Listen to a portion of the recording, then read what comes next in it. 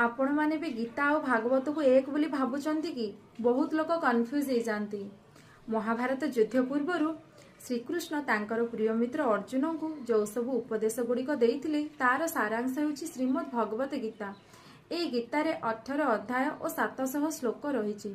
कर्ममय जीवन में आमे केमिति आगको बढ़िबा और आगको जाई निज जीवन को केमिति खुशी अतिबाहित करबा यार शिक्षा आमको गीता पढ़िबा द्वारा मिली थाए।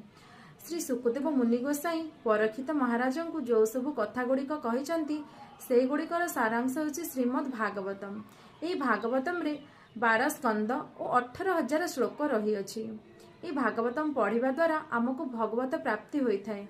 मनीष भौतिक जगत आध्यात्मिक जगत को आसवा रास्ता देखई थाए। व्यासदेव मुनि जितेबाला 17 खंड पुराण लिखि संतुष्ट नथिले 18 नंबर पुराण तांकर गुरु कृपा हेतु लिखिले और तार नाम होछि भागवतम